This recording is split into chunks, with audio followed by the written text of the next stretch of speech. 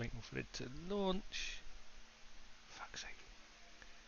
Right. Hello and welcome to today's See You Next Thursday podcast on this special day. Yes, of course, it is the anniversary of David Moyes' appointment as head coach of Real Sociedad.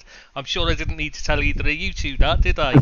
So today, of course, we have our very own Ed25 Sport Billy and Ed77 Seamus to discuss this week's news.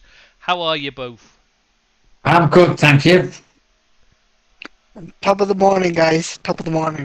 Good man, good man. So shall we start off with as we've got our Irish lad on the pod today? Shall we start off with England? Because let's face it, Ireland didn't qualify, so we can't talk about them. No, we can't. Yeah, start with England. Yeah, we may as well because we got that. Let's get that out the way. Do the World Cup stuff first, because that's the exciting stuff, isn't it? Oh yeah. Yeah, so absolutely. So what do you think of the England squad?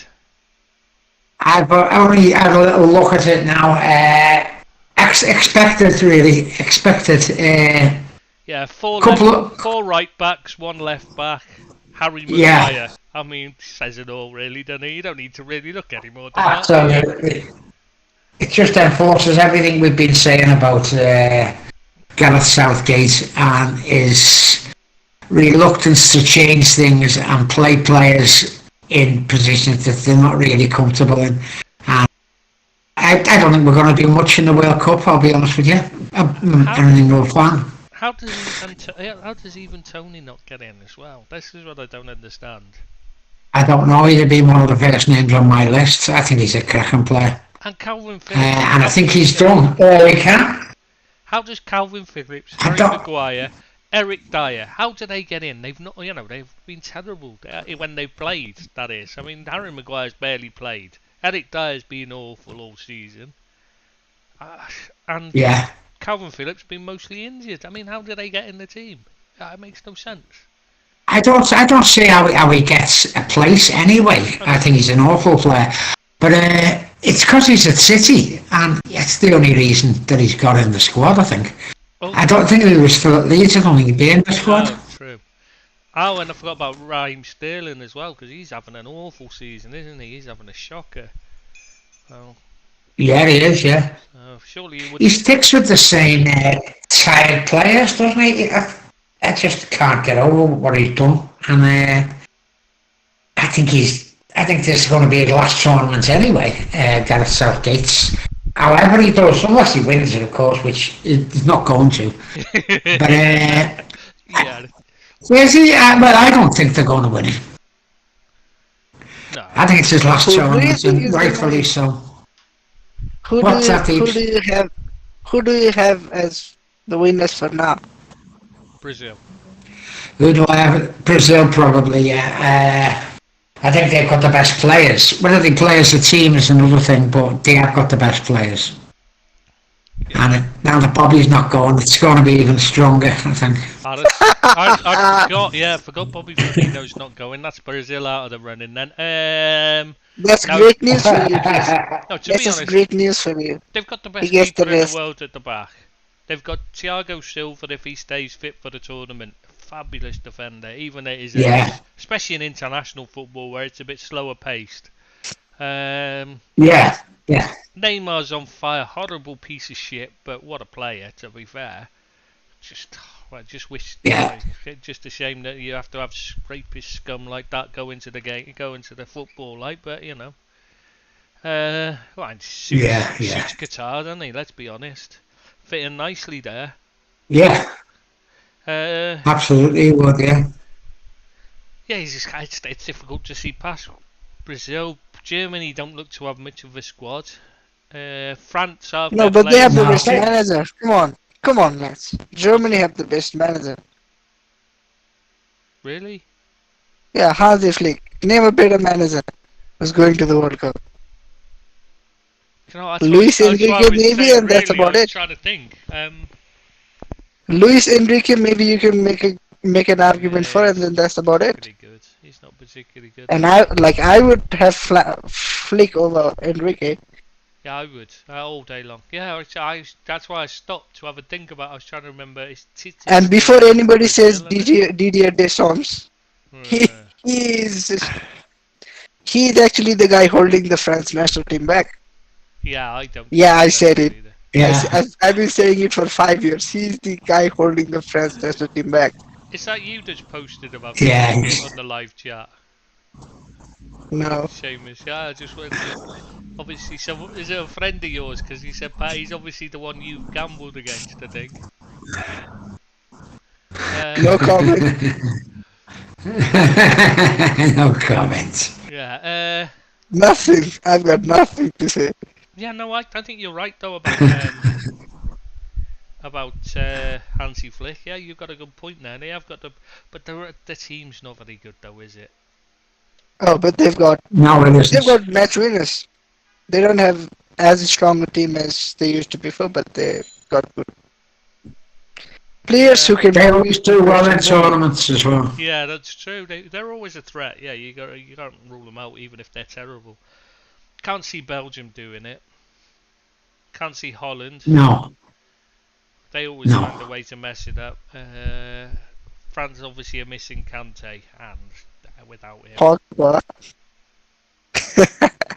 They're missing Kante and Pogba.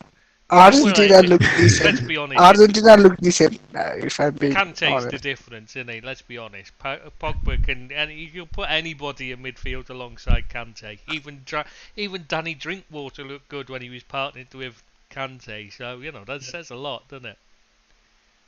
Yeah, you could put Tom Davis in there, couldn't you, with the Kante? I think you're exaggerating a bit there. A lot. We're exaggerating a lot. Could be weird. Yeah. You could have said Anthony Gordon. I mean, why the hell would Chelsea willing to pay 50 million for him in the summer? Did anybody actually watch him play before they made that offer? Do you think? Absolutely incredibly bad, isn't he? He really is. I just don't. I never understood it. Yeah, he works hard, and he was great for you last season in what he provided you that you missed because nobody else had any legs. But that was it. He wasn't actually a good player. He just provided a lot of running. I know he's 50. I mean, he wasn't even 50 pence. Let's be honest. That's a strange one. Yeah, no, I think we've got. I think you're right though on Hansi Flick. I'm going to go with that. I got to take that. You've got a point there on Germany, always doing well as well. So yeah, maybe Brazil might struggle with that. It's in Qatar, in the Middle East though. The weather. Should be an advantage to South American and Mexico should have an edge as well because they come from a similar climate. Yeah, it won't suit the Europeans as much, but it is the winter there, isn't it? And but it'll still be very humid. It'll still be very humid, I think. And I don't think it's going to be the greatest World Cup. What I'm looking at, I don't think it's the strongest World Cup, and I don't think it's in a place that encourages, minorities. So I think it's going to be a lot of conflict off the pitch, and players are going to have their say. Good on the likes of Harry Kane, who's actually going to wear the armband with the colours on, and that's a good thing for me, though. Yeah, well, it's hardly going to say, when you've got the Qatari World Cup ambassador Khalid Salman saying homosexuality is damaging the mind. I mean, you just think, oh my God, they had to shut him up quick, didn't they? The Qatar, somebody ran up, shut him up quick, I know that's. Said anything else? It's like, oh no, what are you doing? That's why people are still saying now it shouldn't have gone there, and even Sepp Blatter said it shouldn't have gone there, which is amazing, after him voting for it. He said it was a mistake to give them the World Cup, and that he also claims he was against it being given to them in the first place, and that it was Platini and his European bloc that won the vote for him. Yeah. And basically he's thrown the blame completely elsewhere, and you just think, oh come on, Sepp, come on. Yeah. We all know who was in charge of the FIFA at that time. We all know who ran it and who decided everything. And they've got a brown envelope. He's one of them, by the way. Yeah, he'll have got the biggest ground envelope of the lot. Absolutely, yeah. Yeah, I did. But like, it's just embarrassing, isn't it, for him to then come out and say it wasn't him. I mean, that letter FIFA wrote about, saying we should concentrate on the football. I see the South Americans have said have written in support as well. The South American, CONMEBOL, they've written in support of that. Aren't they? Yeah, they've come out in support of it. Whereas only 10 of the European FAs, have you noticed, have had to go back about it. Denmark being one of them. Did you hear about what Denmark? They refused their kit manufacturer Hummel have put they're giving them a special shirt to wear that doesn't show their logos all over it and that, because they don't want their brand to be visible and connected with the World Cup in Qatar. Oh, that's a great That's a great step. That's how you actually make a point. Yeah, that is. I agree with that, Dave. That's a very good way to make a point. Yeah, and you've got Leon Goretzka's had a go at that Khalid Salman, saying he's a man from another millennium. He is, yeah. That's exactly what they are. That's why I'm really not looking forward to the World Cup like I usually look forward to the World Cups. But while we're on that subject, you went and signed one in the summer who's got exactly the same views. In Ghana Kagan? Yeah. Yeah, I know. He won't even wear he won't even wear the rainbow laces or anything. He's always mysteriously out for that game. Yeah, it's not a nice state of affairs. If it was me, I wouldn't have signed Ghana Gay, I'll be honest with you, because of his political views. But I'm not Everton Football Club, and he obviously he wanted to play him more than his views. I think it's a bad state of affair this day and age to not recognise that people are gay or bisexual or whatever they are. It should be live and let live, and these are just archaic views that these people have, fueled by, I think, religion, partly, and by ignorance. And I don't like Ghana Gay's stance on it. And it's one of them things that I think is going to possibly ruin the World Cup. Not just that, other factors are going to ruin the World Cup. And as I say, I'm not really looking forward to it like I usually do a World Cup. Usually get excited for it. But now, I don't think I'll be watching many games, if I'm perfectly honest with you. I tell you what I will be interested to see, and that's how Ecuador get on. We got to tell you, because you don't know this story, do you? You don't know what happened here. Yeah, Ecuador being cleared to take part, despite Peru and Chile both complained, sent a complaint into FIFA saying that they played a player during the qualifiers, played in, I think it was 8 of their qualifying matches, something like that. They played a player called Byron Castillo. Castillo, sorry, I should pronounce it. They said that he lied on his passport, and he was older than he said he was, and he was actually born in Colombia, not Ecuador, so he didn't qualify for an Ecuadorian passport, right? Right, yeah. Yeah, this went to FIFA. FIFA said, no, he's okay to play because his passport says he's Ecuadorian. They didn't look any further than that. But CAS then went to CAS because Peru and Chile both appealed. It went to CAS, the Court of Arbitration for Sport. Court of Arbitration for Sport. Yeah, and when they investigated, obviously they found he'd even admitted to the Ecuadorian, the officials. They've got him on tape admitting that he was born in Colombia on a completely different date from the one in his passport, and he's not actually eligible for an Ecuadorian passport. But this is what CAS found, that he wasn't. So they found that he wasn't born on that date or in that country that he said he was. But instead of saying, well, that makes him ineligible, they said, well, the Ecuadorians passed him to play for them. They gave him citizenship anyway, despite the fact that they gave him citizenship because he gave false documentation in. They've said, oh, well, it's okay, he can play for them in the World Cup, and they can play in the World Cup. And instead, what they've done is they've fined them 100,000 Swiss francs, which is about £87,000, and given them a 3-point deduction for the next qualifying campaign. Yeah, bleeding. How the hell did they come to that decision? Somebody explain that one to me. I just don't get it. I don't understand how they've come to that decision. I mean, that makes no sense at all. They've said basically he's ineligible to play for them. That's what they've said. They've come out and said basically he was ineligible because he used false documentation, but we're going to let him play anyway, and we're going to say he's eligible because they've said, oh well, okay, we'll just ignore the fact that he's not. Somebody's got to explain this to me. Yeah.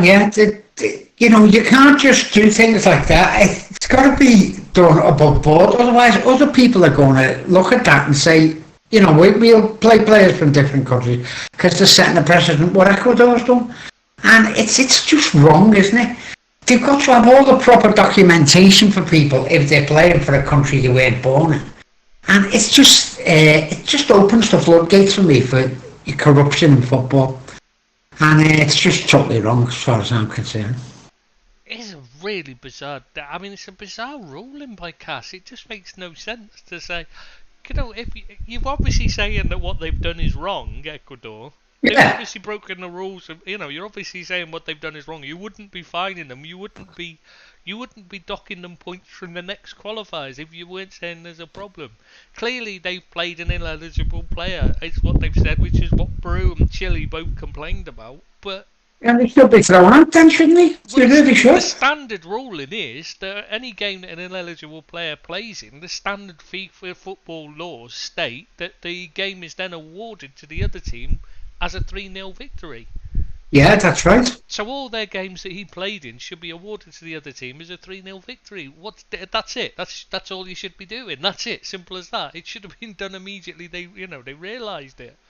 I couldn't agree with you more, Tris. And it just it really verifies what people are thinking about the likes of UEFA and FIFA and all this corruption in football. That they let something like that go. It's just wrong, isn't it? It is really wrong. And you've got to feel for the sides who missed out. Well, Peru because they've been gone. Yeah, they've been robbed, haven't they? They've been robbed of a place. One of them, certainly, you know. So it's just wrong, and it doesn't sit well with me. That's why I've got not a lot of interest in the World Cup at the moment. Yeah, it's hard to have faith in the system, yeah. Yeah, you know, it's hard to get excited for a World Cup when you've got teams in it that got a team in it that shouldn't actually be there. Clearly shouldn't be there. Yeah, I hope they get absolutely whacked and go out first round. Don't even qualify for the last stages anyway. Have you seen much of them, Tris, as a football side? Ecuador? Yeah. No, only bits and pieces, like, the last few years. I haven't seen much of them at all. South American football is difficult to watch, to be honest. Yeah, it is, yeah.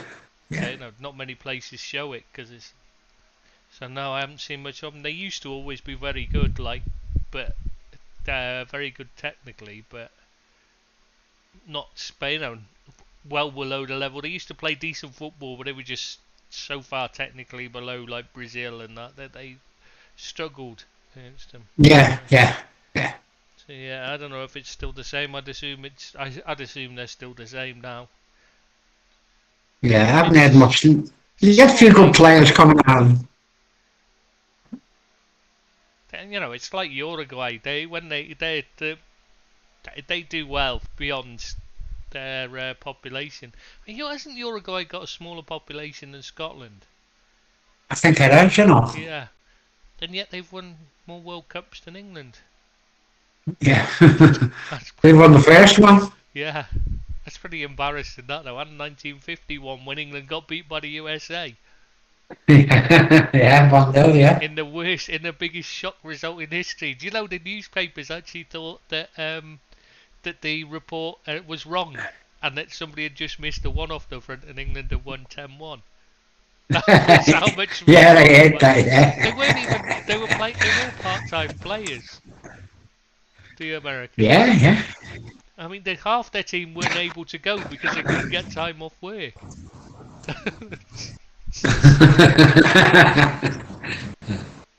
That's mad. Yeah. Anyway, They've got some great stadiums they built, though, haven't they? You know, if you ever look at the stadiums, some of them are fantastic. But it's the way they were built. It doesn't sit pretty with me. With all the people who died making them, and all that's a bad state of affairs. Well, according to people, I mean, I can only go on what people have said that have been out there. I've read a lot of people who've been out there say, you know, been out there for work and have said that the stadiums aren't really actually finished. They're still rushing them through, as is all the infrastructures. None of it's finished properly, even though they're opening it and putting on events. They're saying, you know, it's just not finished yet. You know what I mean? Still. Yeah. So, you know, and that's why I've seen some of the footage. Because they're having to be out there in 24 hours a day building it, because they haven't got time to just put them out, keep them away from it, like, give them a rest or anything. Yeah, I've seen the footage of the stadiums and it looks great, but it's what they're putting out, it's what Qatar are putting out to show you. They're not showing you the unfinished bits. Yeah. And we'll have to see how that pans out. And they're not going to mention the fact that the hospitals and stuff, none of that's finished, I mean, it's too small a country, really. It's a bit of a mistake, isn't it? To put it in a country that small. It's not a mistake. It's pure corruption, how they got it in the first place for me. Like, and that's what I say. It doesn't sit well with me, it being there. That's not against Qatar. Well, it is something against Qatar, because I think the despot of a country. But, I wouldn't mind a smaller country getting it. But they've got to have proper human rights and things for me for it to sit well. It's... I don't know. Maybe I'm wrong there. Well, they gave it to Russia and theirs isn't much better, is it? No. You're probably right there, Trish, yeah. Probably right. And, there's plenty of other countries that have got bad as well, but still get stuff like that. It's very difficult, really, to be in that respect. Yeah. So should we move on then? Right. Sorry, Seamus. What are we moving on to? Are you there, Seamus? I was just thinking he's gone very quiet. All right. Yeah. Are you a bit busy? No, I managed to turn my mic off on the headphone. All right, well done. Writing love letters, that'll be. Yeah, genius stuff. Yeah. Oh God, aren't we lucky to have such? And I thought, why were you guys not reacting to my shout at saying give Nepal the next World Cup? That way we can qualify finally. That'd be about the only way you'd get in, wouldn't it? Yeah, and we wouldn't even have to fly. And we wouldn't have to fly the workers anyway. They would just all come back to their home nation, do the building themselves. That's a fair point. And I could lend them some... Oh, no. We're on it. Yeah, be careful what you say, for God's sake. Don't be getting us into trouble. Oh God, what were you going to say, Dan? Shit. Should we move on? Go on. I think we got to talk about PK. Yeah, go on, Shout out PK retiring. Yeah. Yeah, I don't. Yeah, about time and all. Get up, PK. Well past his peak, eh? He was never particularly great. Yeah, yeah, I like that, Deeps, yeah. Good footballer, but not a good defender. That's what I'd say about him. Oh. Well, he's done well. He's had a good career. He's had a good career. Yeah, great career. Played for good teams. Done well. Yeah. Yeah. How old is he, Trish? How old is PK? Wasn't he? He's 35, isn't Yeah, that's about the right time. he? It's about the right time to But go. He he's only, doesn't need the you know money. why he's retired? It isn't like his choice to retire, by the way. Just, I think we should point that out. He's been forced to retire by the club, basically are forcing him out. So, that's why he's Okay. retired. Yeah, his wages. They wanted his wages off the books, and that's how they forced him out, basically. And he was starting to get abused from the fans and that, and the club were pressuring him, so he decided it's time to retire, hang up your boots, like. So, Yeah. it's not a very He's nice. he's got a lot of winners' medals, though, hasn't he? Oh, he certainly won't go. He'll certainly go happy, won't he? Yeah. Probably going to management, I'd say. No, I I think don't know. he's just He's got plenty of money, though, hasn't he? Because he's got his the Yeah. team owner. Yeah, he owns what is it? Ibiza FC or one of the teams, the smaller teams. Is it Jerome? No, no, No, Andorra. Zeronos. Andorra. Oh, maybe. It's the Andorran team, and he's got a a management that runs the tennis and stuff. Runs the tennis tour and that. All right. That's his company. Okay. So that's why he's always at the tennis matches and stuff. So yeah, he's very wealthy, man. He doesn't need the money. But yeah, did you see what his No. final? Did you see his final appearance? Well, I was going to say appearance. I think that's the wrong word to use. He's on the bench. He's on his farewell game, and obviously the intention is bring him on at the end for a couple of minutes. Just so he can say goodbye to the fans. Yeah. Half time, he gets himself sent off. So his final That worked out. final game, he didn't even get to go on and say goodbye to the fans. So that didn't work out well. Right, shall we move on from that? I don't think there's much else we can talk about there. Man City, I think we need to discuss this because while we're on the Spanish subject, because it's they played Sevilla obviously in the Champions League, and they've hit out with the Sevilla fans for racially abusing one of their players, Rico Lewis, who scored for them, I think. If I remember correctly, he scored, and then they got racial abuse. Fair enough, you'd think. Not a problem. Can see why they condemned him. But this is the same team that hasn't condemned their fans for racially abusing opponents, hasn't condemned their fans for chanting about Munich when they were playing against Manchester United, hasn't condemned them for chanting about Heysel or Hillsborough while playing against Liverpool, hasn't condemned them for smashing up the away end at Old Trafford or Anfield and graffitiing everywhere. Obviously they damaged all the Liverpool murals around Liverpool and stuff like that, as did Rangers fans for that matter. But you know what I mean? There's a lot of things the Man City fans are doing, and Man City have not once come out and condemned their own fans, but they're quick to jump on and tell everybody else that their fans need to behave better. I'm hypocritical, prick. Yeah, it's very hypocritical, isn't it? It is very hypocritical. And, their fans are just as bad as everyone else's, really. They're horrible fans, right? But you can't have a whole evening attitude and start wanting teams banned for racially abusing someone, which is terrible, by the way. And, as you say, committing that sort of stuff themselves on a weekly or monthly basis, where they're really horrible to other supporters, and it's just total hypocrisy for Milan. Well, if you speak to any steward, I mean, I've spoken to quite a few stewards in recent years, because my auntie was a steward at Everton for as long as I can remember, and that, and people like that, and they all say, I mean, my auntie hates Liverpool. She loved it. She said that to me herself. This was because, even her kids who are Everton fans call her a bitter.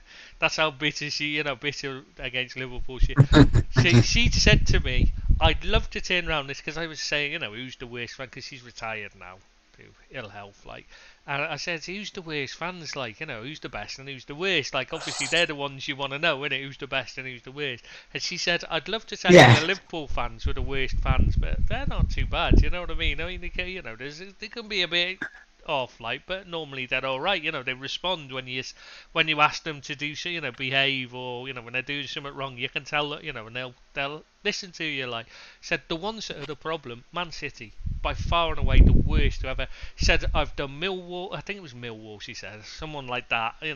One of them where the fans are known to be thugs. Someone like Millwall and things like that. She said, she gave me these lists of all these games she said none of them are anything like as bad as City fans. They're always coked up knobheads causing trouble, and they won't listen. That really surprises me.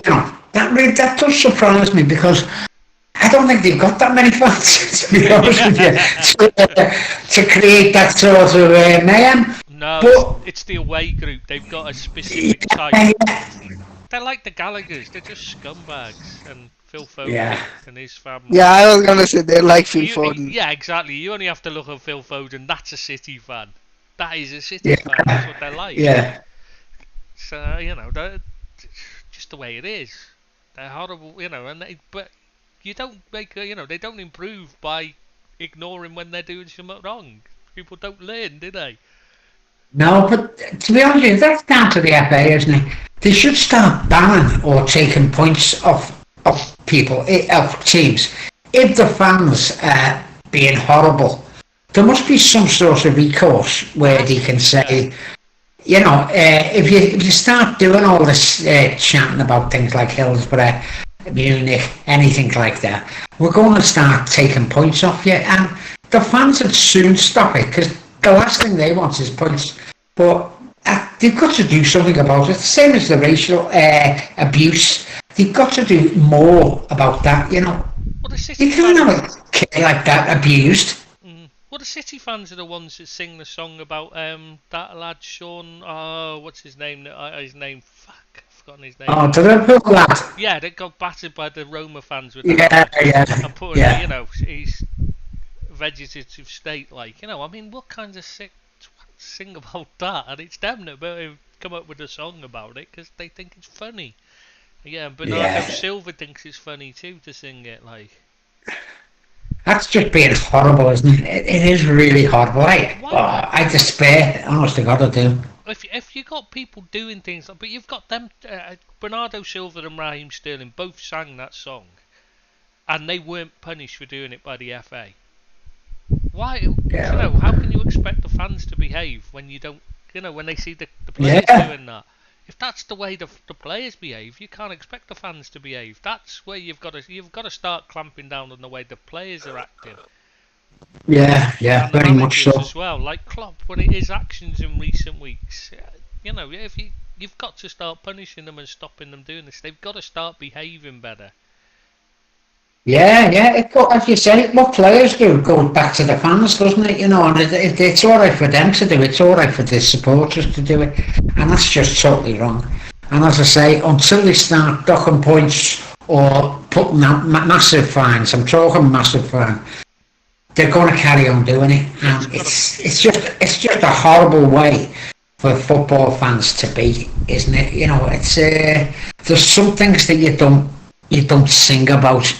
And people losing their lives and people, getting hurt and being abused just shouldn't be in the vocabulary of any supporter. Hasn't there been something like 4 people who were at Hillsborough who committed suicide this year alone?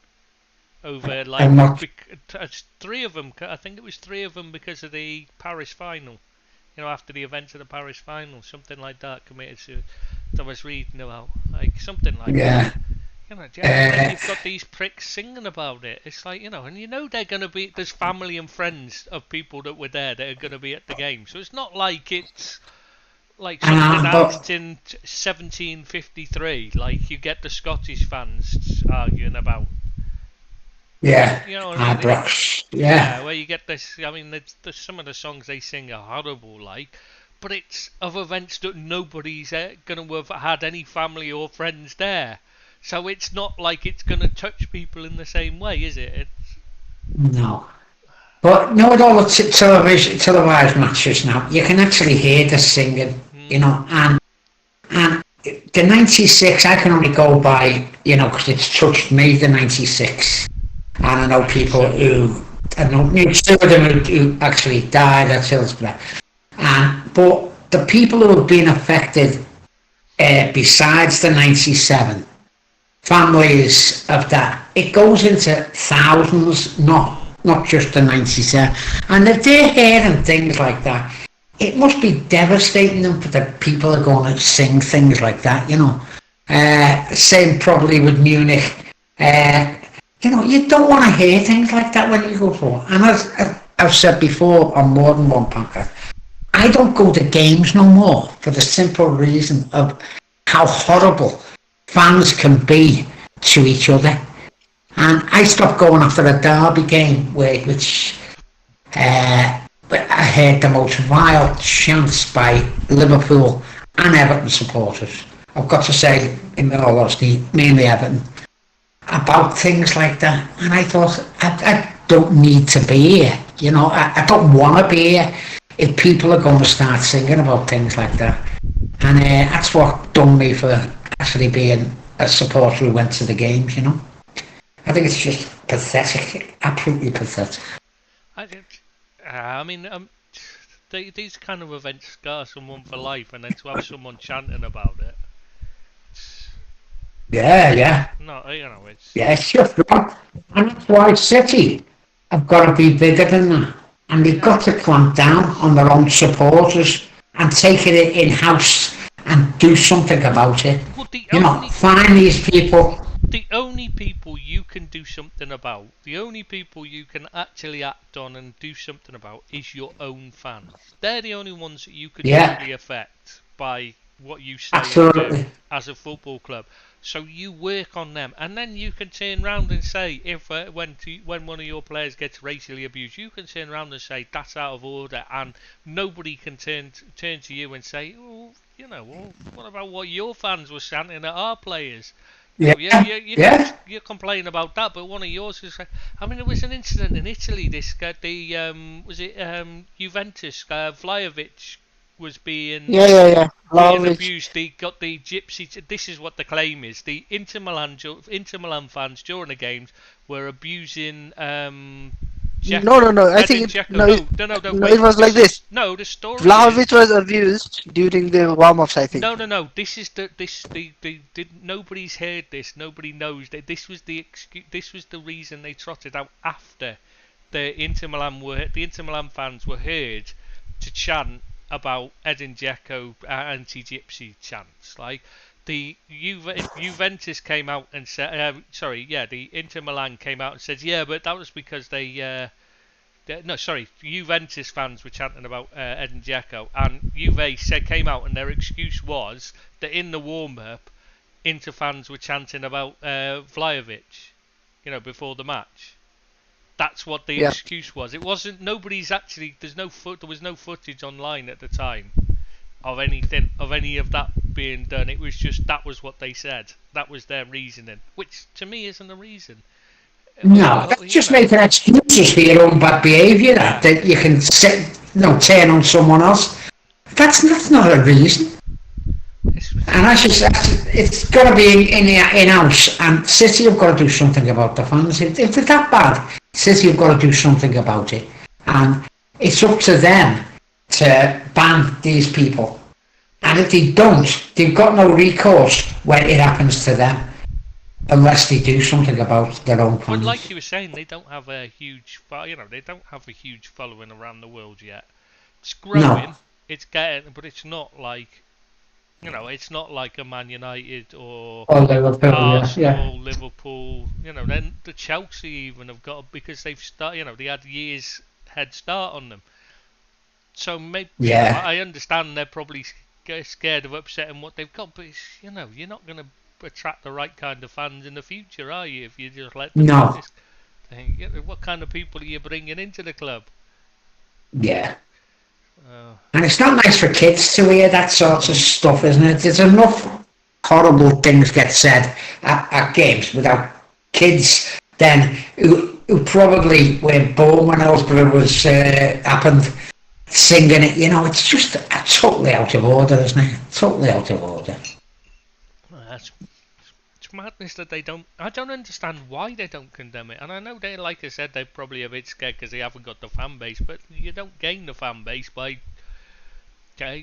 You've just seen that you end up with the problems they had in Italy with all the violence at matches for a while. Yeah. Because they took, or in Argentina and Brazil and that, the problems they have in matches there because they don't do anything about it. You've got to go, you've got to do something about it at some point, or it just gets worse. Has he said anything? Have they come out and said anything besides about the lad getting racially abused? Have they said anything about their own fans, Chris? Not about their own fans, no. They just had to go at severe fans for racially abusing him. But they haven't said anything about their own fans. Nothing. Oh, that's out of order. I don't Hold think it and down. either. I just think it's the way they are. They just don't think it's a. They think it's okay as long as it's theirs. You know what I mean? They just make excuses. Yeah, totally wrong. Couldn't agree with you more. It's quite sad, really, because there's no need for it either. No. Anyway, should we move on from that? Because I think while we're on the subject of trouble at games, I think we need to talk about one of the funniest incidents this season. I think is the fight between Forest ground staff and the Brentford coaching staff. I don't know if you I never seen it. No, I know you're discussing it with Deeps before. Do you want to take this one, Seamus? Do you want to tell him? Have you actually heard of anything like this, Billy? No, go on. Like during the match between Forest and Brentford, the groundsman got in the Forest groundsman. Yeah, before the game, during the warm-ups, the groundsman got into an altercation with Brentford's goalkeeping coach, I think. Yes, goalkeeping coach. Like from the footage available, you can see that the goalkeeping coach went down to the ground. There isn't enough footage. Surely there must be someone, at least one idiot making a TikTok that had his camera pointed at the incident. Yeah. Not by choice. Thomas Frank said they've got pictures because he got injured. The goalkeeping coach had marks on his face from something, so we don't know what he did. Right. But surely there must have been some fisticuffs. Something's gone on, like. But there was, there was about 10 of them all gathered together in a big, melee, weren't there, in the middle of the pitch? Never have I heard anything about teams being pushed off the ground for taking more time than they were allocated for the warm-up and things. Because what happened? Never have I heard it. Yeah, what happened is to give the full story, the explanation. This is what Forest's explanation was. They allowed the FA rule, the Premier League rules allot a certain time limit. I think it's 20 minutes, something like that, for them to warm up in the penalty area. Yeah. They to warm up, do the goalkeeping warm-ups and that. They said they overran the time, so the coach, so the ground staff just went on to tell them to move, get them to move off it. But have you ever known? Has the ground staff ever gone over and said, "Hey, you get off the pitch," in the middle of a war? I wouldn't think so. I wouldn't think that ever happened. Of anything similar, because I haven't. No, I haven't said so. No. Not at any level. I mean, that's just. I've never known anyone do that before. Any level of the game. But yeah, it was a proper full-on, there was a big mass, they were having to pull them apart, the coaching staff were diving, the Brentford coaching staff were having to dive in and rescue this from these Forest ground staff, I don't know, I've just never known anything like it in football. I've never heard of it before. Just. You really need to look it up. There's plenty of stuff on it. You know what I mean? There's plenty of footage of it online. You really need to have a look at it just to see. Yeah. Anyway, so we move on. I think we need to talk about Leeds a bit next. Right, go on, Trish. So there's a couple of things to talk about. It all revolves around Victor Orta, I would have to say. I mean, this is a guy who seems to think he's thinks he's a big Leeds fan now. because he gets all excited when they score and stuff. Anyway, they beat Bournemouth 4-3 after coming back. I think they were 2-0 down at one point. Come back, beat Bournemouth. 3-1. 3-1 down Yeah, as 3-1 well. was it? Yeah, I mean, Bournemouth aren't exactly a great side, are they? Let's be honest. No, So, no.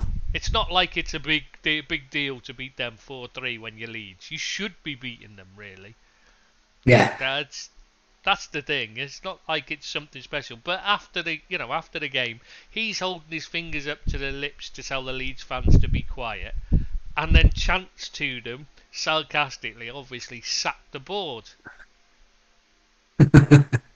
You're thinking, these are the fans. These are who pay your wages, mate. You should be, But this is the same guy who this week he's been responsible for costing Leeds 21 million euros and plus legal fees because of the transfer of John Kevin Augustin from RB Leipzig. They signed him on loan a few years back. They signed him on loan when they were still in the Championship. 2020 January. Yeah. Just before COVID. Yeah, just before COVID. That's right. Yeah. Yeah. Anyway, they signed him on loan with a stipulation, an obligation to buy him if they got promoted at the end of the season, which obviously they did. But they refused to pay it because they said, but it was, the season finished late, so it didn't count because it was after the 30th of June. Even though all football contracts have, an extension for if the season overruns, because otherwise they wouldn't have been able to play it. They wouldn't have been able to play any games after the 30th of June because all the players had been out of contract. No, that is their excuse. Their excuse is because they didn't actually extend the loan. No, but they cancelled it because they wanted to look at good for the thing. They cancelled it. They actually but that doesn't cancel the contract because the contract is, it's still in the contract. They didn't cancel. They cancelled the loan, but they didn't cancel the contract. Yeah, exactly. Which is why they've lost. But they did get promoted, so they should pay.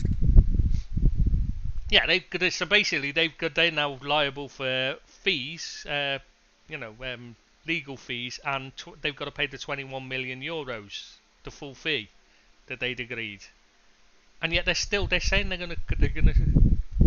gonna appeal. I mean, I just don't understand the thinking. I mean, this is Victor Orta who's making the decision, basically, which to me just shows how bad he is at his job. Certainly wouldn't want to be sticking your fingers up to your lips if I was that bad at my job. That's No. It's amazing. I'd avoid drawing attention to myself if I was, if I'd made a mistake like that. Yeah. It beggars belief, it really does. Still, could be worse. He could have been Marcel Brands, eh? Yeah, the great Marcel Brands. I don't know where he got his reputation from, Marcel Brands, but there you go. He's still in the He's still got himself in the papers this week, though, didn't he? Talking about Cody Gakpo. Yeah. And how he could have moved to Man United or Leeds, but they wouldn't meet their asking price. And what was his asking price, Chris? 50 million euros, he said. 50 million euros? With add-ons. They were looking for anywhere from 35 million euros. And if the add-ons were realistic, they would happily accept it. If it reached 50. Yeah, but it has to be realistic. And that was the thing. Leeds would only go up to 35 million with add-ons, and Man United would only... Was it 30 million, Man United? Or were the add-ons unrealistic or something? I can't remember. But they wouldn't match it because they didn't have enough to buy him and Antony, apparently. It's what he said. Oh, one of the clauses Leeds suggested were getting into the Champions League. Yes, that's correct. Yeah, theirs were unrealistic as well as being not as much as they wanted. You're right. No, if they said if they were going to Championship, maybe that would be more appropriate. Oh, harsh but fair. Not harsh. You mean Jesse Mars? Yeah, Leeds to Mars. Yeah, they're certainly not going to get in the Champions League, are they? Let's be honest, anytime soon. It'll be you wouldn't think so. No, especially now Newcastle are building a side. Yeah. They're in the mini league at the bottom with Everton and Bournemouth and that, aren't they now? Absolutely. Absolutely. Hey, Billy, are Bournemouth a better side than Watford last year? That's the biggest question. No, they're Oh, not. good I don't know question. if they are. But Does that it was. depend on if they batter Everton a week later or not as to whether they're the Yeah, it best was team in the only. world? No, but It then was again, we have to remember one close. thing. We have to remember one thing. Even that Watford side didn't lose 9-0 to Liverpool. Good So point. does that automatically make Bournemouth worse? Yeah, I think Bournemouth are worse than Watford. But even though I said at the time, the worst side I've ever seen in my life. They, That's what scares you. That's why they never gave Everton a good champion. That was sticking up the middle finger to you, that one. I think it was, yeah. But, Or it could just be but Everton a shite, but you know, it's certainly that. And, you know, Everton are going through a bad phase at the moment. And I think Frank Stage could be numbers at Everton, to be fair to you, unless he gets a couple of good results before the break. yeah, the fans seem to be starting to split on him now. No longer can he get away with just not being Rafa Benitez. It's not working anymore for him, is it? No, it's not. And unless he gets players to like, but the squad he's got there is bang awful, isn't it? You've seen him put his reserve side out basically on Tuesday, and it was the worst Everton side I've actually ever seen in my life. Oh, I don't know. I think I've seen a few worse in the 90s. I don't think you'd have, Tris. I don't think you'd have, because the players just didn't care. Before Joe Royal arrived, you were fucking terrible. I've seen some bad sides, but that's right up there, mate. Let me tell you, that's right up there. The late 80s, early 90s, the early 90s, just after, you know, with the before the Premier League came in, and the first couple of years of the Premier League, football was, you know, the quality of football was really poor at that time. I mean, that Leeds United team, I watched them against us. Don't win the league. They were god awful. Yeah, even though they had some great players, but they, you know, McAllister and Speed and that, but they weren't a good side. They were terrible, and their football was just made George Graham's Arsenal seem exciting and attractive and attacking. Yeah, but you can have bad football, but you can have players still trying and giving 100%. That team on Tuesday never gave 20%. They were absolutely a disgrace to the shirt. And that's why Everton are in trouble, because they've got players like they put out on Tuesday. And the likes of Tom Davis, Decor, absolutely awful. Michael Keane, who I must agree with you. I remember what you said about Michael Keane when Everton got him. He was an absolute waste of space, and you were totally vindicated on Tuesday, I can assure you. Absolutely awful player. Don't think you're allowed to agree with me though, Bill. You have to say he's the greatest player ever when he plays for Everton. But I am on this one. I'm going to agree with you on him. He's got to go. Well, they all got to go. Can Frank survive this, or is all he's got is obviously I think all he's had so far has been that he's not Rafa Benitez, and that's what he survived on. I don't think he's done anything. You watched them and they don't look any better. They never did at any point under him. To be fair to Frank, they're looking better now or not? Because I've seen the footage I've seen.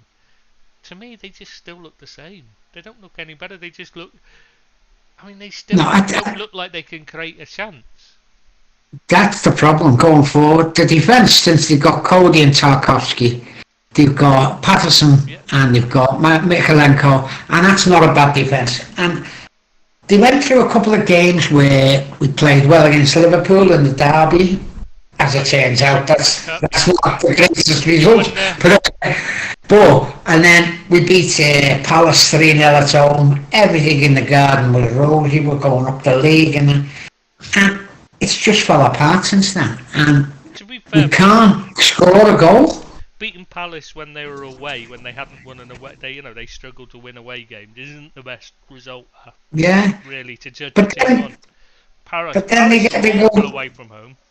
So Hearts can't play away from home. Yeah, but they went to Newcastle yesterday and drew 0-0. You know, it's not a bad result that against Newcastle. So it's not as if Palace are the worst side in the league. And you know, but and Everton played well in a couple of games. Yeah, I know. Yeah. But this weekend is going to be a big call for them. Unless they can produce something and get a result at Bournemouth, I think Frank is in big trouble. And he'll have one game then to save his job. Do you think they'll be looking at getting rid of him over the World Cup then if things go well? Well, I think it's the ideal opportunity to get someone new in. I'm not saying that he's going to go. I hope he doesn't actually. But if a club is looking to change managers, that'll give whoever's coming in 5 weeks to change the staff, change the thinking, and get the players playing for someone new, and that does give them the board a bit of breathing space. If you leave it till afterwards, you're then looking at January. If it's not right by January, it's probably too late to sack the manager. If you know what I mean. It's got to be done either before as the World Cup is taking place, or it's going to wait till the end of the season. That's my view on it anyway.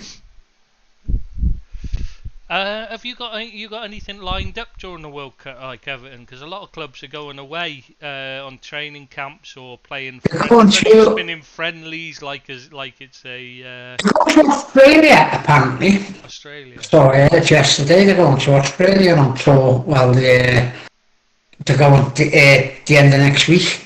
That's what I've heard from some of the supporters. That I didn't actually see it, but it got mentioned on the site.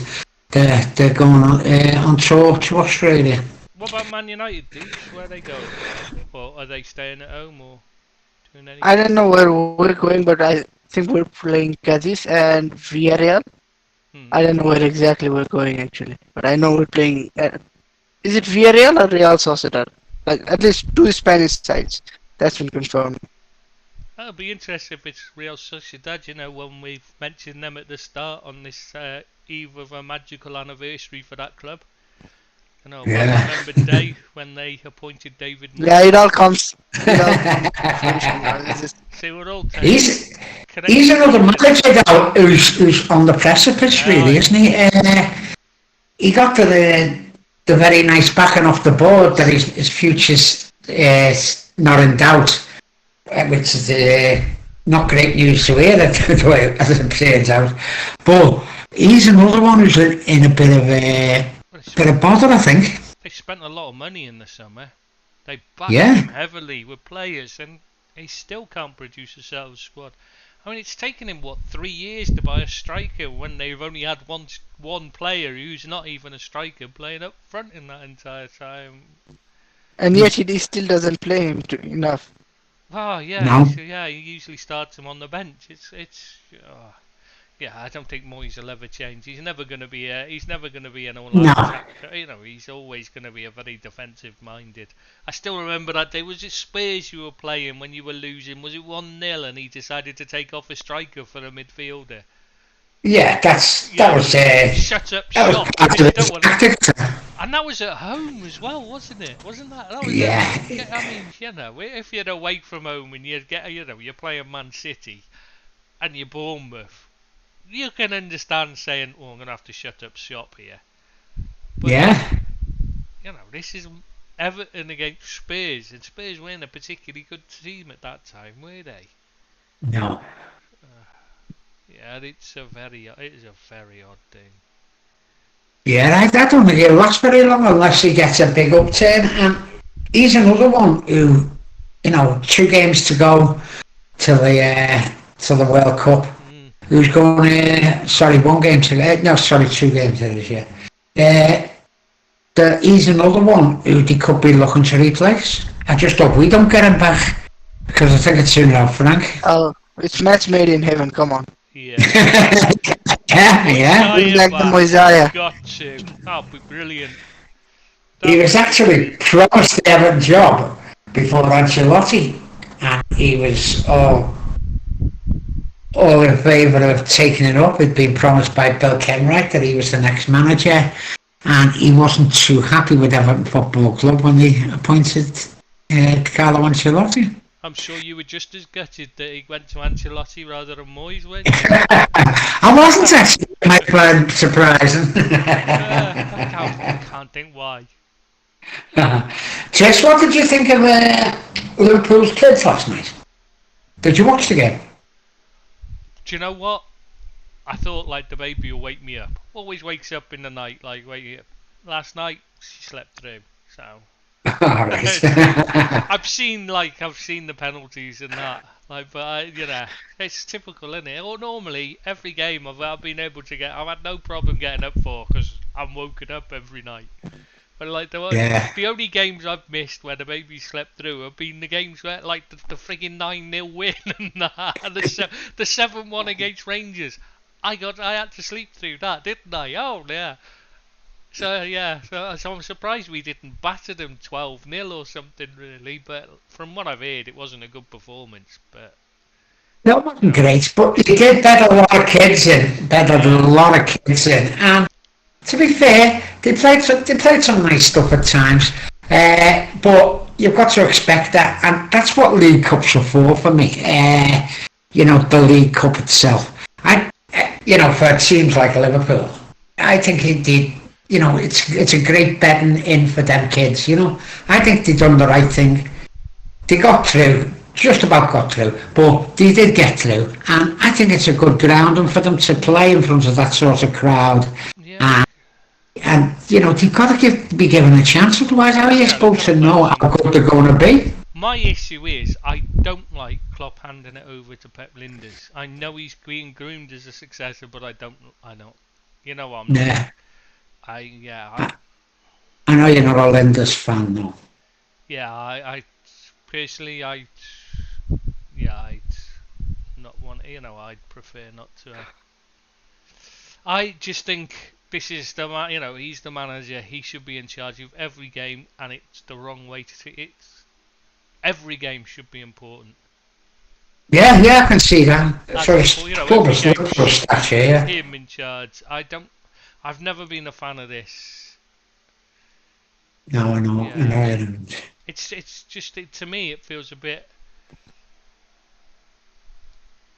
Just feels a bit wrong, a bit uncomfortable. Yeah, I can see that. You can't imagine Shankly or Paisley saying, you know what, I'll sit out this game, you take this one.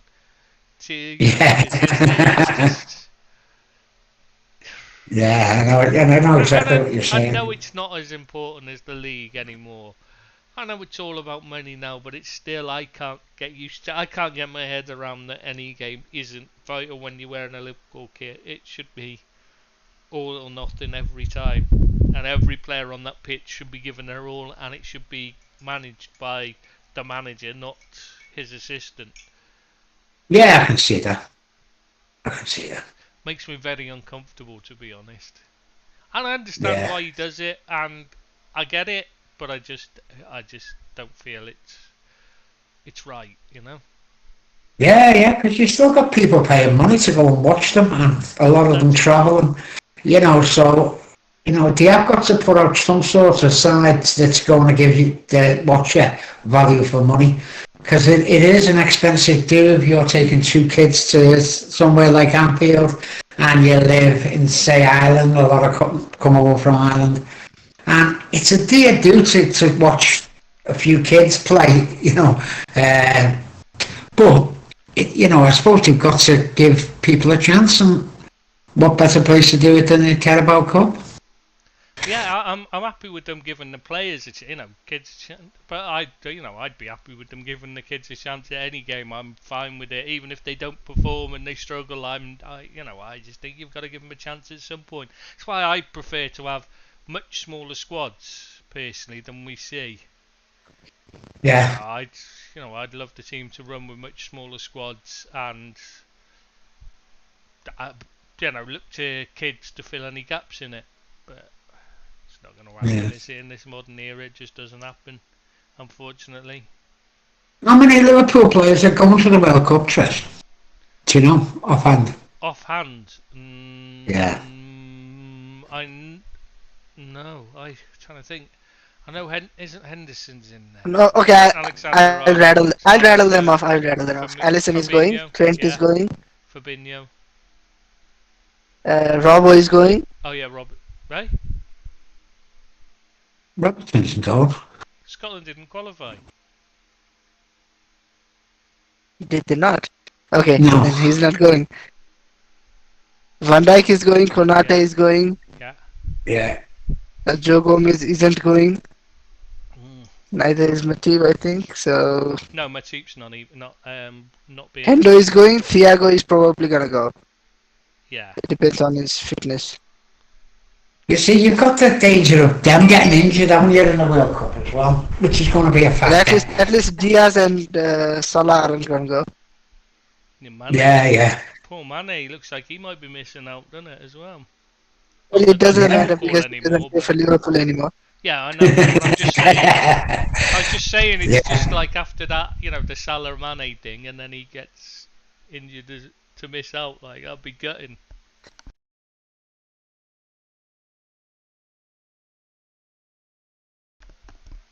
You know what I mean? Yeah. Yeah. It's gone. They're laughing at you on the live chat now, Seamus, because you said Scotland in a World Cup. That's done since 1986. Yeah, I can't believe you even thought they made it. That's the thing. I know they brought in all these extra teams to make it easier for them, but even so, they still can't qualify. Wales managed it. I think that was probably who you were thinking of. Get mixed up with. Possibly. Possibly. Can't think who else it could be. There's not, because Ireland didn't make it. Did Yeah, it's surely isn't Ireland. Your Irish team didn't make it. Your home side. Yeah. So which do you identify? Is it Republic or Northern Ireland you identify with? Well, because of Bazai, probably has to be Republic. Doesn't it? Just checking. Oh, while we're on the I just thought while we were on the we should have while we were on the subject of, well, not really, but because we're having to go back a bit now, but we were on the subject of managers in trouble. Can I think we should talk about Diego Simeone. Yeah.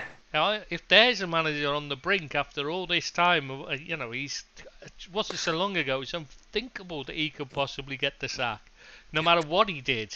But now, I mean, you've got an entire section, the Frente Atletico group, who refused to enter the stadium until half-time because they were protesting about a bad performance in the Champions League. And then they refused players to sing. not trying. Yeah, because they The said reason was the players didn't try.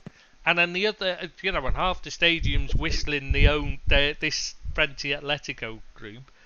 So you've got them, there's obviously a massive split in the fan base. Which, a few years ago, that's unthinkable. Simeone, I mean, it was only a couple of years ago they won the league. Yeah. How much longer has he got left in him? I don't know. I think he's in trouble. But who would you think he'd go to, Christian? Maybe he could be the replacement for Frank Lampard. You like to pay over the odds for average managers, don't you? Yeah. Well, we were linked to him before Ancelotti came. To be honest with you, he was one of the ones being touted to head up, but they were doing well then, so we had no chance of getting him. But no chance in hell Everton get him. Well, me and Newcastle. Maybe Newcastle, if we're being honest. Yeah, Newcastle, because he's the highest paid. He was the highest paid manager in the world until a couple of years ago. Was he? Yeah. Yeah. I think it was 26 million, Billy. 26 million. Until Guardiola got his pay rise, he was the highest paid manager in the world. All right. I think Klopp. And who's the other one? Oh, Klopp and Pep to Ancelotti at Real Madrid. That was the one I was trying to think of. I think only Klopp and Ancelotti might be above him now as well. Like, but before, and at the time we're talking about, I think he was the highest paid manager in the world. All right, I didn't know So, that. Yeah, it was when Ancelotti was at Everton and he was the second highest, I think. Yeah, Yeah, Ancelotti was paid massive amount, wasn't he? yeah. Unbelievable that was. But yeah, and so we were talking about before, while we're on the subject of managers, we were talking about, we're obviously Nathan Jones has just got the job at Southampton, which I think is an odd choice. I don't understand it. He was a bit of a miserable failure at Stoke. He's only ever done anything at basically Luton Town. Yeah, Yes, yes, he's done well with them. But when you look at, like, say, Sean Dyche, what he achieved with Burnley is light years ahead of what Nathan Jones has achieved at Luton. You'd think so, wouldn't you? Yeah. A team with a lower the budget difference when he took over Burnley, his budget was lower than any budget Nathan Jones has had at Luton, because he literally had to sell players for the club to survive. Not just, the club was on the verge of bankruptcy when he took over originally. This is what people forget. Like, so the job he's done, how is he not getting in the conversation for jobs like Southampton? That's incredible, isn't it? He's done such a good job. I think everyone thought he'd done a great job at Burnley, with the funds he had. And he hasn't even been mentioned in dispatches for any of the manager jobs that's come up. Yeah, and you're right, sis, yeah. We're trying to figure out. I mean, yeah, we know his style of football wasn't a grace, but he didn't have any freaking money to spend. Like, let's be fair to the man. Yeah. Somebody's surely got to take a chance on him soon, haven't they? You'd think so. Is he out for because he wants to stay out, or is he looking for a job? He's putting himself forward, but nobody seems to just have any interest in him. Yeah, that does seem incredible, doesn't it? For the job he's done at Burnley, as you say, on such limited funds. You'd think he'd have been a shoo-in for someone like Southampton. Or even a team like Middlesbrough, when they sacked Chris Wilder recently, you think they'd jump to get him in. Yeah. Anyone, but nobody sees. I must be missing something. And yes, I know the football people are going to say, oh, the football, but like. That's all he had to work with, though. He had a very, very limited budget, didn't he? And when they finally got money, they sacked him. So, well, it seems incredible. Well, we don't know they actually have money. That's the thing, is it? Like, they've done a similar move to Man United, where the club's paying for its own takeover. Yeah. So, that's going to be a situation to watch there, because they might well not have any money, really. But anyway, to talk about Dyche, I mean, Southampton looked like the perfect place for them, really. Yeah, you'd think so. You would think so. Or, I mean, you look at teams like, why didn't they, when Everton brought in Frank Lampard, why didn't they turn to Sean Dyche? At the time, you were selling off players desperately, you know what I mean? You were desperately short of funds. You needed someone to come in and manage on a budget. Frank Lampard, who's being paid far more than Sean Dyche was asking for, but you chose Frank Lampard. I mean, why? What did he achieve in the game that made you think, oh, he'll be a better bet than Sean Dyche? I don't understand it. Yeah, our board have got a lot to answer for in that respect. But I still think he might do a good job, Frank Lampard. I'm still with him at the moment. Oh yeah. But the next 2 games are going to be vital for me, because you don't want to start January with a side that's in the relegation or just hovering above it, because they haven't got the player quality to get themselves out. They were very lucky last year, very lucky to escape relegation, and I don't think he'll do it twice on the trot. That's my opinion anyway. So what do you think, Seamus? Would you? Well, obviously you wouldn't want him at Man United because he's not proven himself to the level like Seamus. I wouldn't want him at Liverpool. But if you're in a relegation fight, can you think of it like Southampton are and Everton? Can you think of a better choice than looking at someone like Sean Dyche? No, anyone else you're going for is just as much of a risk. It's better to risk someone with the style of play than with actual results when you're desperate for points. Yeah. Even if, let's say, his style of play isn't just as a result, a consequence of the team at his disposal, and it's just how he wants to play. Who cares? Yeah, If you're, it's a results game, yeah.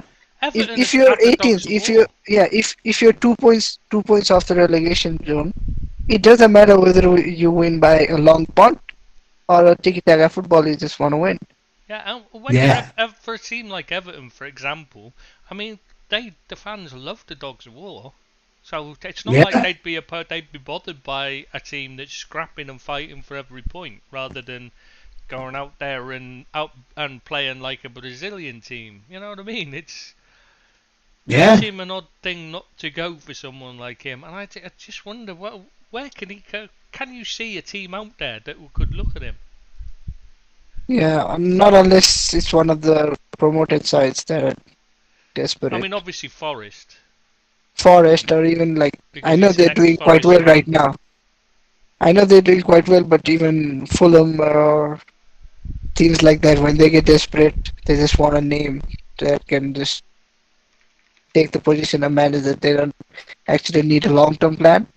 Hmm. Maybe if that kind of thing happens, then yes. But I think it's quite damning that he doesn't even actually get mentioned for the jobs. Like Yeah, Wolves, for yeah. example, I think Wolves would be a very good choice for both, not just the club, for Dyche as well. Because one of his complaints is that because he's been managing at Burnley, that Burnley don't have the setup to recruit from abroad, they don't have the proper scouting and all. With Wolves, he would get the players from abroad, and for Wolves, they would actually have something that's English.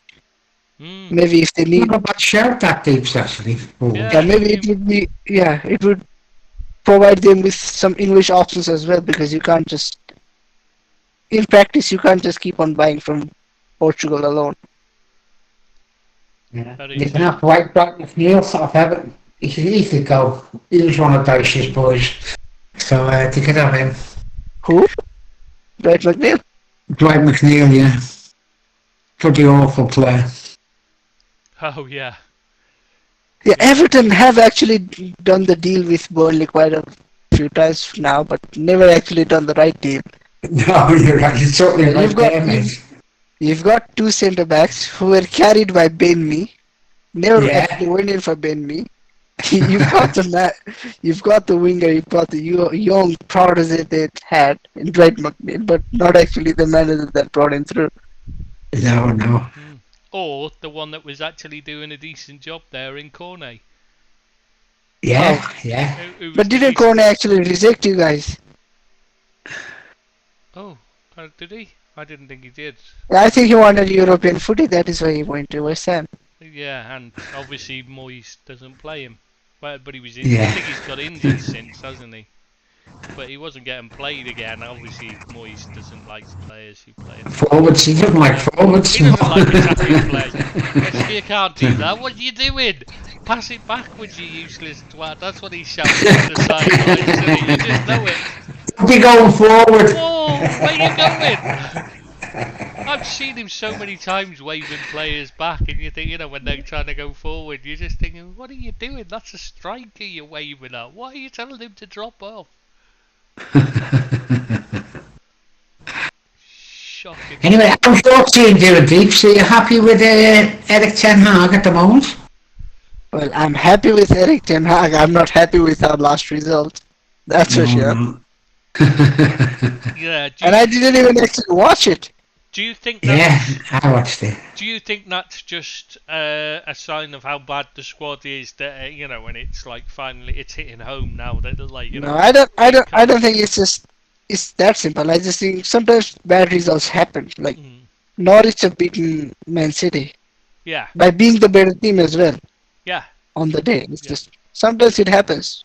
If it keeps happening, then you have to start asking questions. But sometimes big teams lose to small teams. Sometimes upsets happen. Yeah, yeah. Yeah, no, but I We've just seen it wondered with if it, Liverpool, because haven't it's we? been a few of them in a row. I just wondered if it was like, you're seeing any issues there at all or not. No, no, the issues are very evident. It's very clear to see. We don't have a clear striker, a guy that is actually a striker that plays there, and our squad depth is quite horrendous, especially like with the way Ten Hag prefers to play. The players that are on the fringes, they're not suited to the style at all. So Yeah, we have a decent playing 11, especially for the football Ten Hag's trying to play, but not actually a good squad for the you, reason. So you it's a definitely have a teething very issue. I limited. think it's a yeah. I think it's a teething issue and nothing else. Yeah, I mean it's very limited on what you can do with the squad, isn't it? Very Yeah. limited. You've got like what you've got, and that's about it. Yeah, like let's say if he wants to rest Diogo Dalot at right back, I don't think there is a right back who's less suited to Ten Hag than Wan-Bissaka. And I'm one of the few guys who actually believed in Wan-Bissaka. I still think he's a good defender, but my God, is he not suited to Ten Hag at all? No, he's not. It's not the right player for the. He's definitely in the wrong. He's the antithesis of Ten Hag's football. Yeah, very much so. He's definitely And you can someone who needs you to can move draw on. parallels everywhere. Hmm. And Sancho is a God damn it! I hate to be doing this again, but you were kind of right. Sancho is a big issue. 72 million euros a pounder, however, must gone down the drain. Chased him for what? 2 years, 3 years? Yeah, yeah. Can Why somebody? the hell? Can somebody? I've seen people saying he's talented. He's just not performing. But I just don't know where they get this "he's talented" thing from. When has he ever shown any sign of being talented? Yeah, but you can get by saying he's talented after 5 years, not after 1.5 seasons. Yeah. But I mean, have you ever seen any sign of him being talented? He can have one or two good moments, but so can Iwobi and his shite. I just don't think he's a very good player. I think he's one of those massively overrated players. He had a few good moments as a substitute in the dying seconds of a league that's dreadful defensively anyway, in the Bundesliga. Against tired Yeah. legs. I mean, literally. I mean, I've talked about it so many times about players literally throwing themselves out of the way of him. It's just So I think astonishing. his biggest issue is he doesn't have any standout qualities. No, he doesn't. He's No. not a good He's not. player. Yeah, he's not slow, but he's not really that quick. He's not one-footed, but he's not great with his left foot either. How much He's did you not. pay He's for not tall. this? I think How- 72 million pound. I think somewhere around that. Bloody hell. I think the whole deal is rising up to 90 million euros. Something like that. That was the thing. I think that is. And to Yeah. think there were guys on the Liverpool side who were literally crying over the deal, saying, "Oh, we've been usurped and all. Please come back. Please come back. Take him away. I Show can- me the money. Just half the money and take him away." The problem is people don't actually watch these players play. They just watch highlights, and then Yeah. and then they think that that's representative of a player. Like Paul Pogba, people thought he was a wonderful player because they'd seen highlights of him, and on highlights, Yeah, he's a brilliant. wonderful player. He's a wonderful player for the 3 minutes. Yeah, exactly. Of The a game. highlights. That's it. That is his entire contribution to a match. Oh, on highlights, he's better than Cristiano and Messi combined. But which would you have in your team? Well, I wouldn't take Messi, to be fair. See, he's got himself another page. He's a good boy. Come on. Oh yeah, He's a that's good true. boy. According to Blatter, he's a good boy. Yeah, that was embarrassing, that one. But I mean, he's taken another gig, hasn't he? This time it's Byju's? Oh, that was last week, mate. We discussed the Oh, okay. Logic thing last week. No, this time it's NFTs now he's selling as well. They've given him his shares in the company as well as paying him to advertise some NFTs. I still don't get this NFT thing. Do you know what do you get it? I don't. I don't see the point in them. No. It just doesn't work. It's a bit like people buying, paying for music that they don't actually own because it can be taken off them at any time, as people are finding now with Sony, where they've bought films through the PlayStation Store, and now suddenly they're no longer allowed to watch them because they no longer own them. They're just taken off them.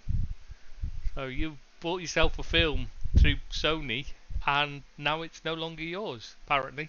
Whereas if you bought a DVD or a CD, at least it's yours, isn't it? Yeah. I don't, people having digital ownership of things, it's just shown it's not a good thing. Because it can be taken off you at any moment. Yeah, you just need to find a way, find one of the dodgy sites and download them instead. Well, yeah, but it brings back that you're much better with physical ownership of things, because at least then it's yours. You've got it for good. Yeah. You know? Yeah, I'm with you on that. Yeah. And the NFT thing, it's the same. I mean, how do you know that you're actually going to keep this thing you bought? You can be paying a lot of money for these artwork that you don't actually own them. I mean, it's like buying. People pay money to buy things for their characters in games. Like new costumes and stuff, so they look different in a game. Well, at least they've got it for that game, but it just seems a bit odd to me to actually pay money for it. I don't understand it. No. That's something I can understand why people want to look different and you try and win it. You have to earn it by playing the game and doing well in it. I don't understand that, but actually paying money, I think you've got to be it's just a bit odd. Because let's face it, you won't play the game for long. No matter what it is. Yeah, that's true. If you've got a nice big house in Nepal, say, you might want to buy these things. You've probably got NFTs everywhere, haven't you, Dee? Nope. It might come as a surprise, but I don't actually know what. I know what they are, but I don't actually know what they are. No. It's banned in Nepal. Is it? Yeah. Wow, I didn't know that. Yeah, it's illegal. Really? Wow. Yeah. I had no idea that. Yeah, cryptocurrencies are illegal, and I think by default so are NFTs. Wow. If it's good for if it's good for the geese, then it should be good for the gander as well. So I think NFTs. I'm not sure, but I think NFTs might be illegal as well, just by that logic. It sounds like it will be. If one's not allowed, I wouldn't have thought the other will be. Yeah, if the better one's not allowed, then the worst one shouldn't be. But then again, it's Nepal. It probably doesn't work. Logic doesn't work here. Yeah, logic isn't known, is it? Yeah, well, the stupid ones, like all politicians, ours are also very. Yeah, the ones that rise to the top are the ones that are, the Boris Johnson. Oh, by the way, Billy, I forgot. From the time you're here, you've already lost you've lost 2 prime ministers. Yeah, I don't know, yeah. Great going. Congratulations. Thanks very much. You will soon become the new Nepal. Yeah, well. Prime ministers growing out of ears. Yeah, I'd see the country can't cope without me there. That's the problem. It's all falling apart without me. We need Trish back. That's what they're saying. That's what Rishi Sunak said. We need Trish back on British soil to help out the problem. Yeah, finally you're going brown. No, I just go red. Bright red, burn, and then it goes white again, unfortunately. Yeah, I don't really do tan. Too pale, mate. No, I don't. I don't go out in the sun. I don't like the sun. You're red. How's Rishi getting on? Rishi, we haven't seen much of him yet. He's been at the COP conference, and we haven't seen much of him, and we won't see him until the 17th, I think it is, when he announces his new budget. And so he's not done much except upset Aces because they're all going on strike. Upset everyone else because he appointed someone who was a bully, and that's about it up to now with Richie. He's done absolutely nothing yet. But give the man time. He's only been in the job a week, so that's too much. That's too long for you guys now. Yeah. My follow-up question was gonna be: do you think he'll be there by the time World Cup final takes place? He probably will, but not much longer unless he gets his finger out and starts sorting this country out. It's a bit of a mess at the moment.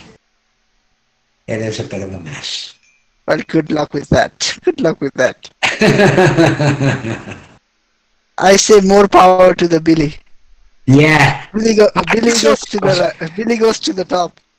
Put me in charge. I'd sort it out. Oh God. That's a scary thought. That is a scary thought.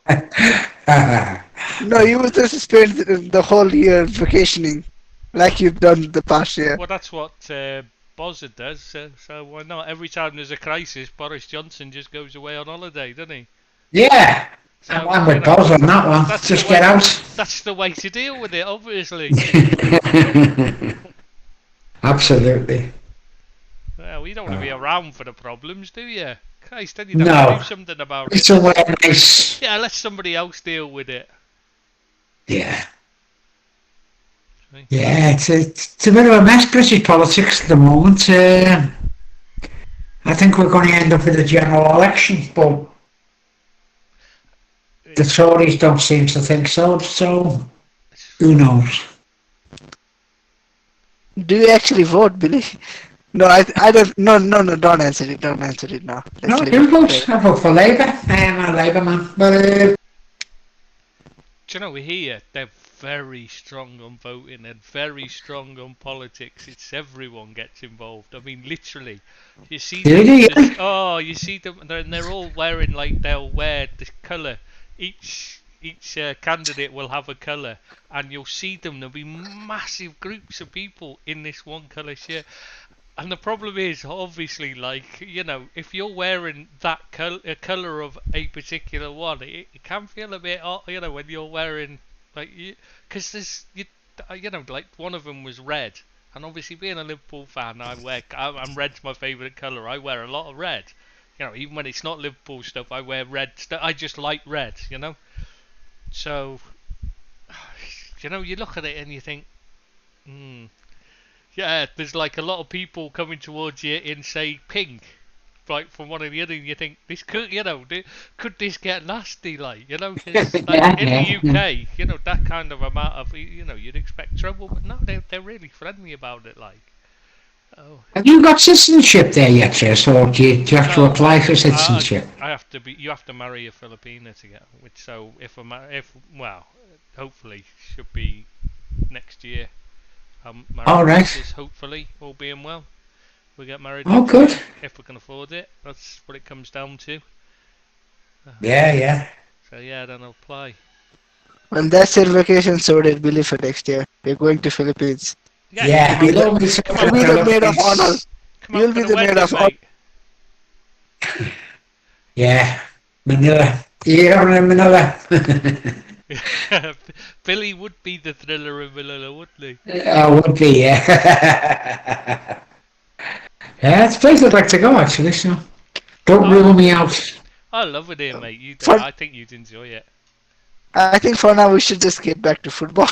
Yeah, there's only one more thing on the agenda we've got to talk about. We've got on the list is UEFA and the meeting with A22 management, where they tried to revive the Super League idea. Oh yeah, even Sharks has said it's not dead in the water yet. It looks like it's going to rear its ugly head again for me anyway. I think it's going to happen. I think it might be this year, might be next year, but I think it will happen in the future. It's never gonna be dead. It's never gonna be dead because UEFA are basically doing money that, is the with reason. change. Isn't that what Yeah, their yeah. change is? Basically, just making a Super League by their own, but a different, their version of the Super League. Even though they came out and said, "Oh, it's just about greed, and we're not gonna do, it's dead, and they shouldn't be." That's basically UEFA. You just think you hypocritical people. I'm trying to think of a nice word for twat, but I can't think of one.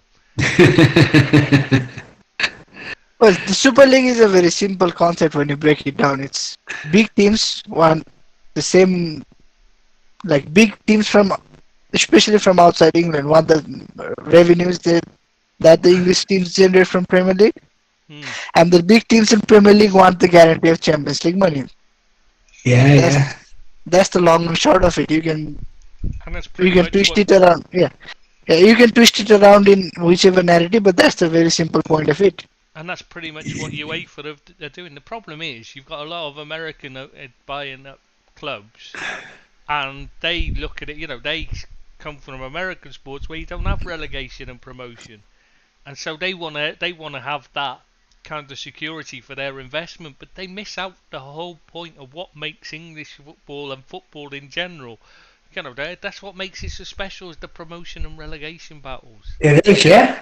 It is very much so. That's why it's big all around the world, whereas American sports pretty much only translate in America. Apart from basketball is massive here, to be fair. Basketball's fucking huge here. All because they once did well at it in the 1950s before anybody else played it, they were good. But now once America started playing it and that, they've fallen by the wayside, because the average height is 5'4" or something here. Yeah. And you're thinking, why do you pick a sport that you can't compete in? It's just bizarre. Yeah, but I think it's still on the table, isn't it? And I don't like the clubs who are being selected. The likes of Tottenham don't deserve to be in a Super League. Yeah, that's the first thing that came to mind when you said it. How does Tottenham get it? I don't know. They haven't got a history, so I don't know how they get it. I don't know how they get in as a shoo-in for the Super League. Yeah, they've got no history of competition in the European Champions League. And European they've got no present either. Cup, they've got no history. They've got no present either. Yeah, they've got. At least with Man City. They've not won Man City, you can say they're a good, very strong team in the present, but they're neither. Nor a historical giant, nor a mammoth team right now. That's true, but but even so, it's still a bit odd. But I just don't think anything, because the whole point of football, the whole point of sports is that the teams that are great now might not be in 10 years' time. That's what makes it so special, isn't it? You never know whether they're good or bad. Yeah. Because it can change. I mean, look at Liverpool last season, nearly won everything. This season, barely win a thing. Yeah. And look at Newcastle gone the opposite way. Last year, at one point, they were relegation candidates. And now they're in the top four. And they've now got new owners. So are they going to get into this Super League because of the money they've got, and does that transmit to being viable to go into Champions League?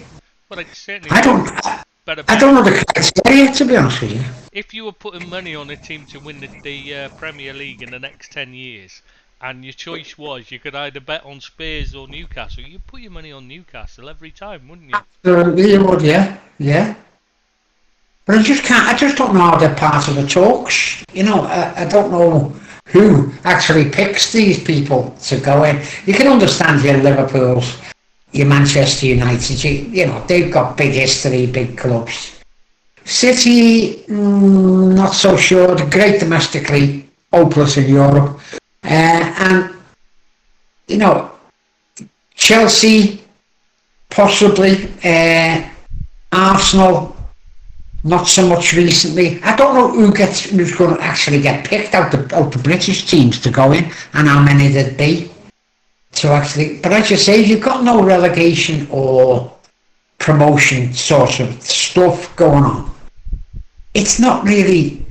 None of our clubs are going to vote for it. Well, only two or three, I'd say. 2 or 3 would vote for it. only the teams that are actually got a chance of being in it, basically, Yeah. are going to be interested. Absolutely, yeah. Yeah. I mean, if you're a Spanish club, it's the same. No, only Real Madrid and Barcelona are going to be interested in it, because they're the only ones that are going to be, have a chance of qualifying and competing. And it'd only be Bayern Munich for the Bundesliga, I imagine. Maybe Leipzig. Maybe, but they're not they've got no history at all. So No, Bayern aren't involved, by the way. no, Bayern are totally against it. That's why I was thinking RBL. yeah. Bayern are one of the ones that are dead set against it. They think football should be about open competition. Fair play to them. They've come out very strongly against it, though they've not come out against Qatari sponsorship. Funnily enough, they're sponsored by Qatar Airways, in which their fans hate, and there's been a major argument between the club's board and the fans. All right, it's not. Oh, massive, mate! There's a massive fight ongoing. They're constantly at them, and they've not announced whether they're going to renew the contract because it's coming to an end, because they're afraid of what the fans will say. So they're putting off any kind of announcement about it. Well, that's the difference, man, with fan ownership. If, let's say, Bayern announced that they're going to be a part of Super League, the board will be kicked out. Just moving on, if you don't mind. You put up something on the site, Tris, about you'd like to see Liverpool go down the ownership, did you? Fan ownership, rather than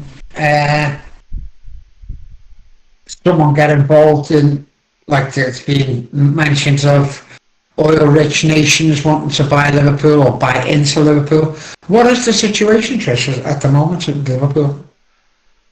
To be honest, there's not much of a shit. They've been saying for years they want to bring in investment. They've been trying to get investment for as long as I can remember now, and it's just been a struggle to get people with the money to invest. That's the issue. So, but they've been having to hold off. So, nobody wants to spend the money that's needed except Redbird, who look the most likely to be coming involved, to be honest, and as I said, they're fans, so I would be happier with them than most of the rest. Though I don't know enough about them as people, whether they're the right kind of people or that to be involved. I just know that they're fans of the club. So. Oh, come on, Chris! You can never want owners who put Daniel Comolli as the director of football. Why? What Damian Comolli? Redbirds? Yeah. Redbirds are in essence FSG, the original FSG members. Yeah, I think they own Toulouse, don't they? Yes.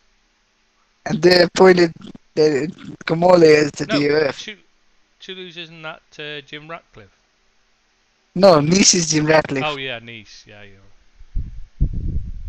Yeah, but like as French football, it's a totally different. You'd have to say, if they were going to appoint him at any role in the in Liverpool. Aren't you haunted?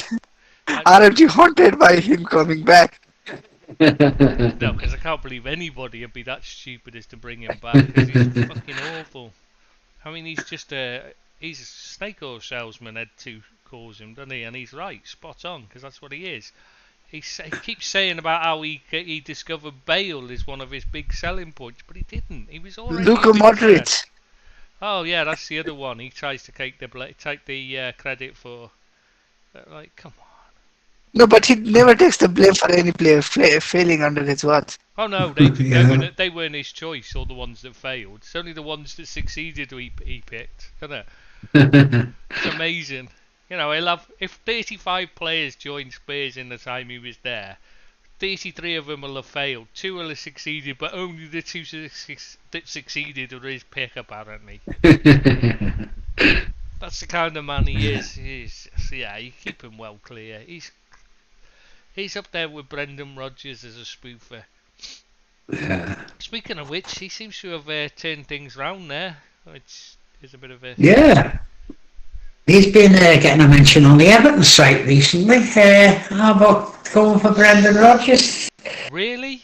Really, Why? really, honestly, yeah. Oh my Why god. don't we go for Brendan? A couple of people have mentioned him, like But that a Leicester good side, chance again.